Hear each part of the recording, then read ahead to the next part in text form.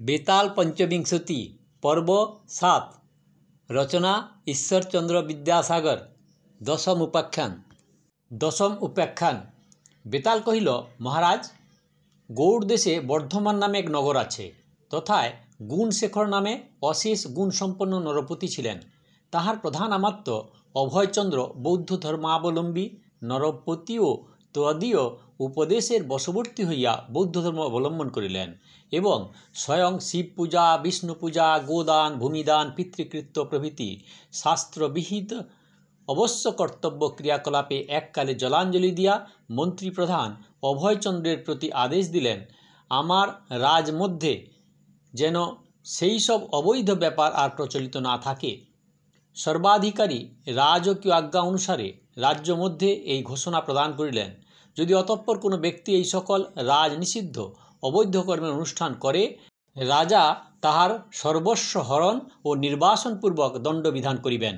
প্রজারা কুলক্রমাগত আচার ও অনুষ্ঠানের পরিত্যাগে নিতান্ত অনিচ্ছুক ও রাজার প্রতি মনে মনে নিরতিশয় অসন্তুষ্ট হওয়ায় দণ্ডভয়ে প্রকাশ্যরূপে তদনুষ্ঠানে বিরত হইল।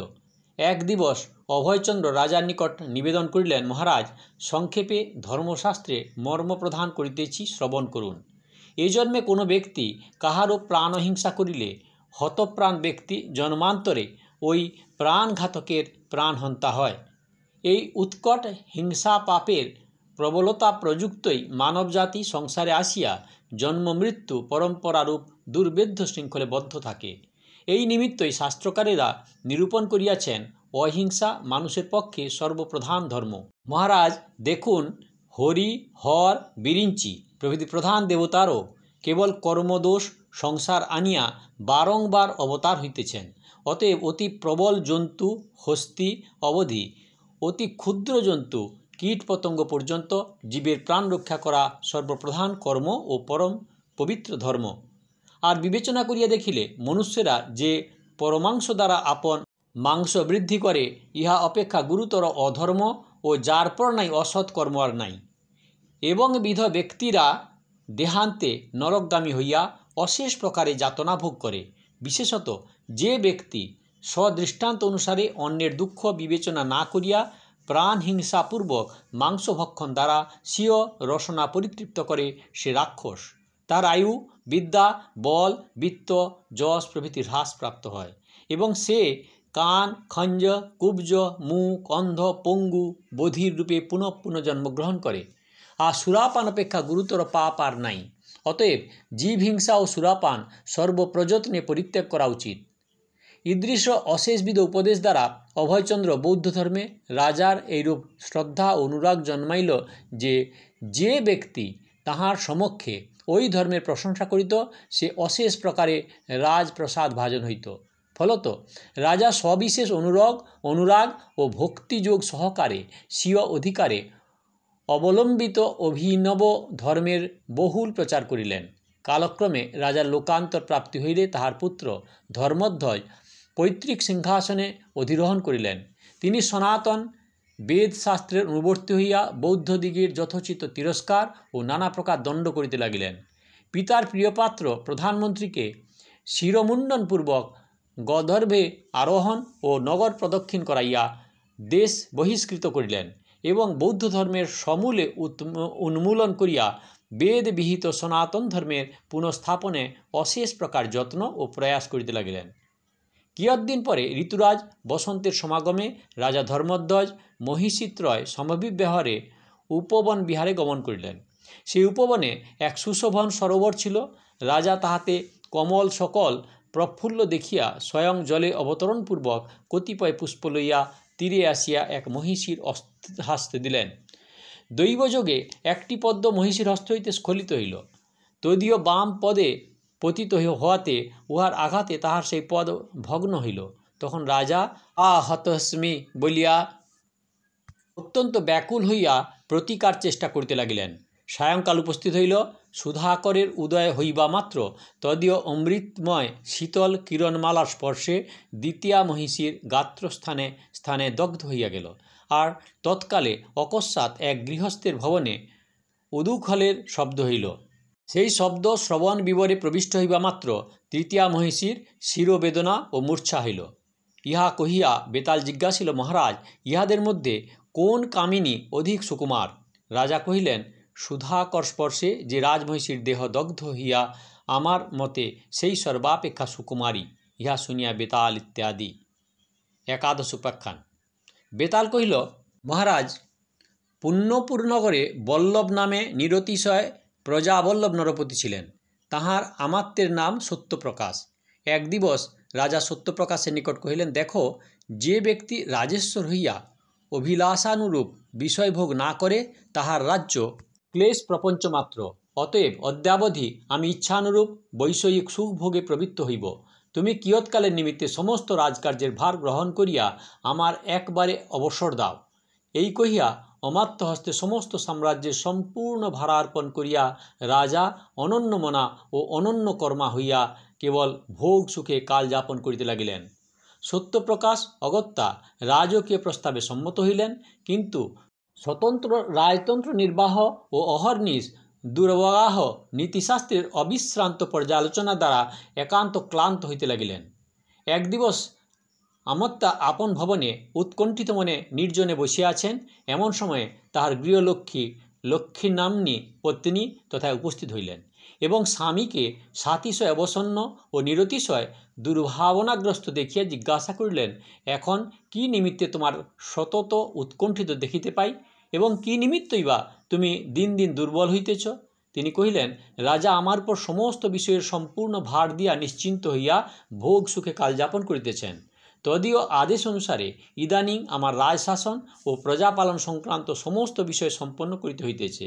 রাজ্যের নানা বিষয় চিন্তা করা আমি এইরূপ দুর্বল হইতেছি। তখন তাহার পত্নী কহিলেন, তুমি অনেক দিন একাকী সমস্ত রাজকার্য নিষ্পন্ন করিলে, এক্ষণে কিছুদিনের অবকাশ লইয়া নিশ্চিন্ত হইয়া তীর্থ পর্যটন করো। সত্যপ্রকাশ সহধর্মীর উপদেশ অনুসারে নৃপতি সমীপে বিদায় লইয়া তীর্থ পর্যটন প্রস্থান করিলেন। তিনি ক্রমে ক্রমে নানা স্থানে তীর্থ দর্শন করিয়া পরিশেষে সেতুবন্ধন রামেশ্বরে উপস্থিত হইলেন। তথায় তিনি রামচন্দ্রের প্রতিষ্ঠিত দেবাদিদেব মহাদেবের মন্দিরে প্রবেশপূর্বক দর্শনাদি করিয়া নির্গত হইলেন এবং সমুদ্রে দৃষ্টিপাত মাত্র দেখিতে পাইলেন প্রবাহ মধ্য হইতে এক অদ্ভুত স্বর্ণময়ী মহীরুহ বহির্গত হইল।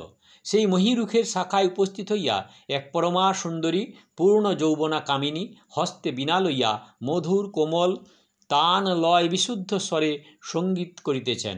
সত্যপ্রকাশ বিস্ময়ে আবিষ্ট ও অনন্য দৃষ্টি হইয়া নিরীক্ষণ করিতে লাগিলেন। কিয়ৎক্ষণ পরে ওই অদ্ভুত মহীরুহ প্রবাহগর্ভে বিলীন হইল।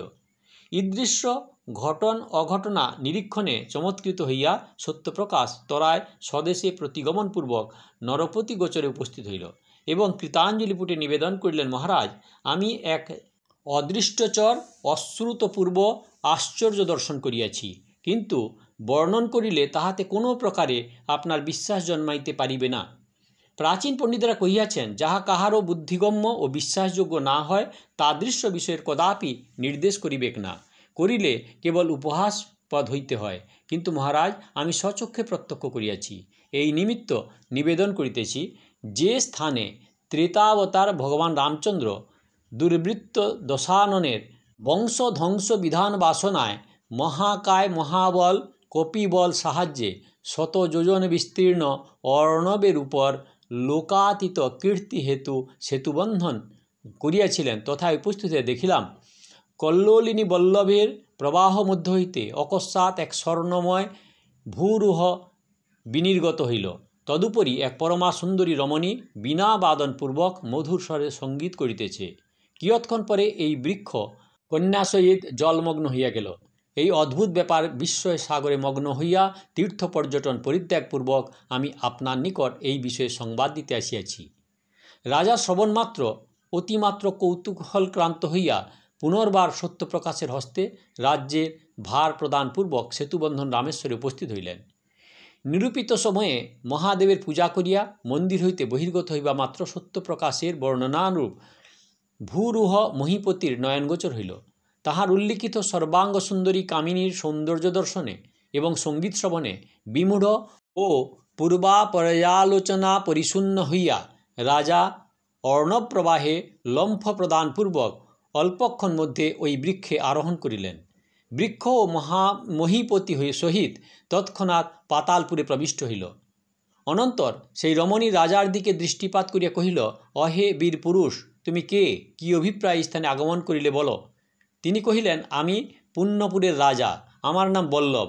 তোমার সৌন্দর্য ও সৌকুমার্য দর্শনে মুগ্ধ হইয়া আসিয়াছি। এই কথা শুনিয়া সেই রমণী কহিল, আমি তোমার সাহসে সন্তুষ্ট হইয়াছি। যদি তুমি কেবল কৃষ্ণপক্ষের চতুর্দশীতে আমার সহিত সর্বপ্রকারে সম্পর্ক শূন্য হইতে পারো, তাহা হইলে আমি তোমার সহধর্মিণী হই। রাজা শুনিয়া আহ্লাদ সাগরে মগ্ন হইয়া তৎক্ষণাৎ তদীয় প্রস্তাবে সম্মত হইলেন। তৎপরে সে রাজাকে এই নিয়মের রক্ষার্থে পুনরায় প্রতিজ্ঞা পাশে বদ্ধ করিয়া গান্ধর্ব বিধানে আপন প্রতিজ্ঞা সম্পন্ন করিল।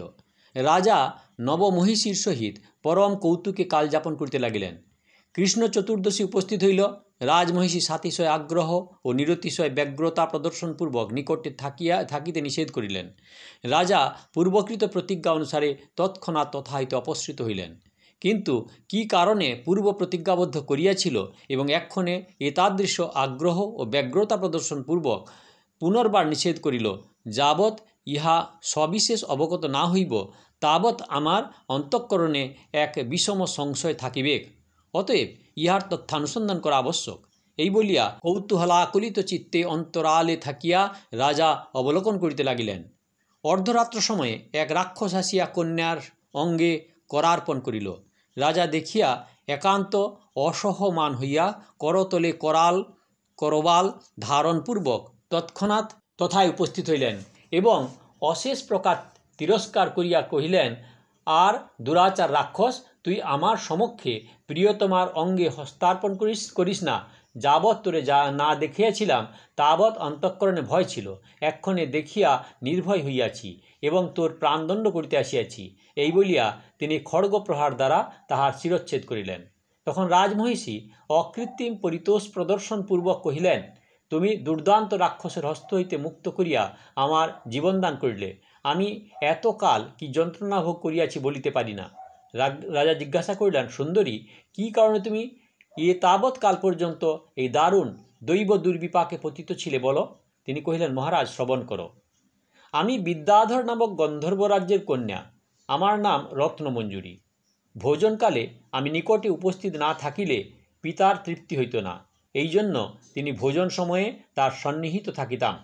একদিন বাল্যখেল আসক্ত হইয়া ভোজনবেলায় গৃহে উপস্থিত ছিলাম না। পিতা আমার অপেক্ষায় বুভুক্ষায় অভিহিত হইয়া ক্রোধ ভরে এই শাপ দিলেন, অদ্যাবধি তুমি রসাতলবাসিনী হইবে এবং কৃষ্ণপক্ষের চতুর্দশীতে এক রাক্ষস আসিয়া তোমার অশেষ প্রকার যন্ত্রণা দিবে। আমি শুনিয়া অত্যন্ত কাতর হইলাম এবং পিতার চরণে ধরিয়া বহুবিধ স্তুতি ও বিনীতি করিয়া নিবেদন করিলাম, পিত, আমার দূরদৃষ্টবশত সামান্য অপরাধে উৎকট দণ্ডবিধান করিলেন। এক্ষণে কৃপা করিয়া শাপমোচনের কোনো উপায় করিয়া দিন, নতুবা কতকাল যন্ত্রণা ভোগ করিব। ইহা কহিয়া আমি বিষণ্ণ বদনে রোদন করিতে লাগিলাম। তখন তিনি পূর্বার্জিত স্নেহরসের সহায়তার দ্বারা আমার বিনয়ের বশীভূত হইয়া কহিলেন, এক মহাবল পরাক্রম বীর পুরুষ আসিয়া সেই রাক্ষসের প্রাণদণ্ড করিয়া তোমার শাপ মোচন করিবেক। আমি সেই শাপে এই পাপে আশ্লিষ্ট ছিলাম। বহুদিনের পর তুমি আমায় মুক্ত করিলে, এক্ষণে অনুমতি করো পিতৃদর্শনে যাই। রাজা কহিলেন, যদি তুমি উপকার স্বীকার করো, অগ্রে একবার আমার রাজধানীতে চলো, পরে পিতৃদর্শনে যাইবে। রত্নমঞ্জুরি মহোপকারকের নিকট অবশ্য কর্তব্য কৃতজ্ঞতা স্বীকারের অন্যথাভাবে অধর্ম জানিয়া রাজার প্রার্থনায় সম্মত হইলেন।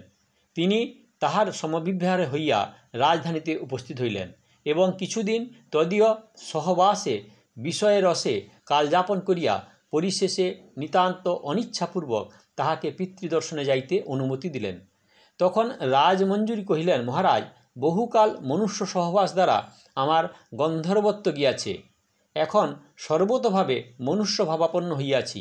পিতা আমার সর্বগন্ধর্বপতি এক্ষণে তাহার নিকট গিয়া সমুচিত সমাদর পাইব না।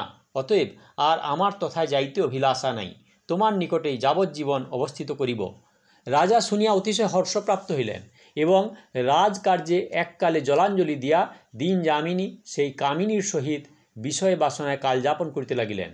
এই সমস্ত ব্যাপার দেখিয়া প্রধান আমাত্য সত্যপ্রকাশ প্রাণ ত্যাগ করিলেন।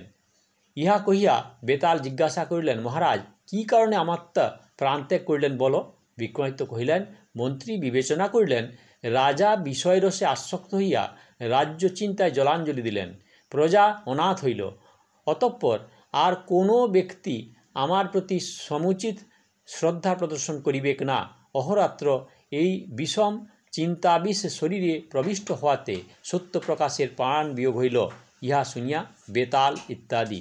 এ হলো বেতাল পঞ্চবিংশতির পর্ব 7। দয়া করে সাবস্ক্রাইব করুন, ভালো লাগলে লাইক করুন, শেয়ার করুন। আর বেতাল পঞ্চবিংশতি পুরো দেখার জন্য কাকন বাসুতে ক্লিক করে ভিডিও দেখুন, আর আগের ভিডিওর জন্য অপেক্ষা করুন।